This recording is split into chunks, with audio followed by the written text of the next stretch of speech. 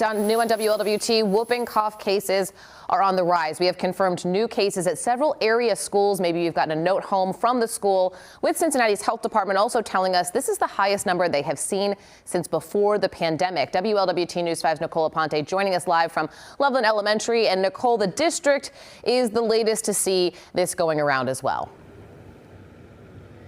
Kelly, the district tells me there are now 9 positive cases of whooping cough or pertussis in the district. They've been in constant communication with parents, letting them know which buildings are impacted. They've also taken precautions to make sure they're cleaning down where these infected students have been.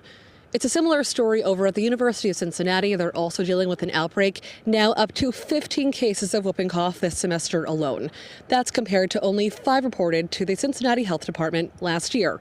This bacteria is spread from person to person through coughing and sneezing. Doctors say when people are in close quarters like schools or dorm rooms, that's when the disease can become extremely contagious. Once one child has it, it can be passed quickly among others. In confined spaces, it's not as if we can look and go, that it started right there. It's one of those things that it is spread person to person. This comes on the heels of a positive whooping cough case over at Oak Hills High School late last month. Doctors say the best prevention for the disease is through a vaccination. Reporting live, Nicole Aponte, WLWT News 5.